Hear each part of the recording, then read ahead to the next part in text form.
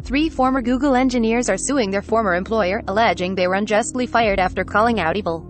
Filed to the Santa Clara County Superior Court on Monday, the lawsuit claims software engineers Rebecca Rivers, Sophie Waldman, and Paul Duke had merely followed a contractual obligation to hold Google to account regarding its "Don't Be Evil" mantra, an obligation they say was imposed by the company itself.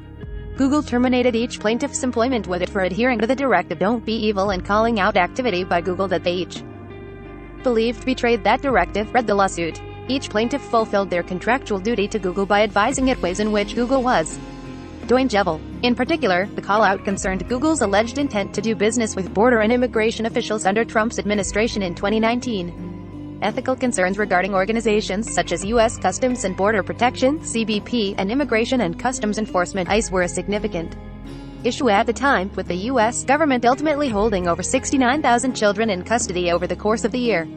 According to the lawsuit, Rivers, Waldman, and Duke each signed an employment contract which included Google's code of conduct. This code read, in part, "Don't be evil is about following the law, acting honorably, and treating each other with respect. The Google Code of Conduct is one of the ways we put Don't Be Evil into practice. It's built around the recognition that everything we do in connection with our work at Google will be, and should be, measured against the highest possible standards of ethical business conduct. And if you have a question or ever think that one of your fellow Googlers or the company is maybe falling short of our commitment, don't be silent. To many, certain actions of agencies such as CBP and ICE very clearly constitute evil. As such, Waldman and Duke launched an internal petition in August 2019 requesting that Google affirm it would not work with these organizations, in line with its commitment not to be evil. Rivers subsequently discovered that Google had offered a free trial of a cloud platform to CBP, information which was added to the petition.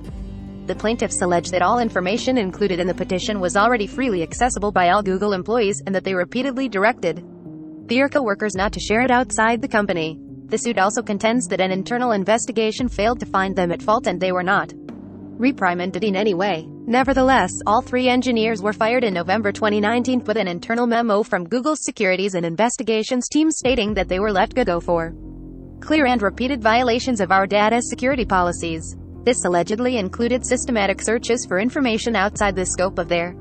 Mashable has reached out to Google for comment.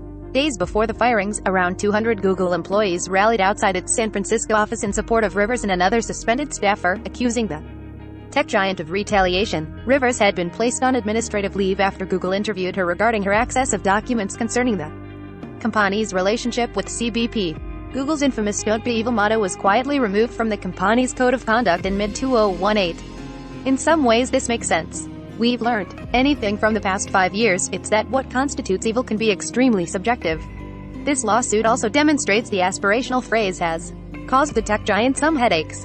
But on the other hand, yikes.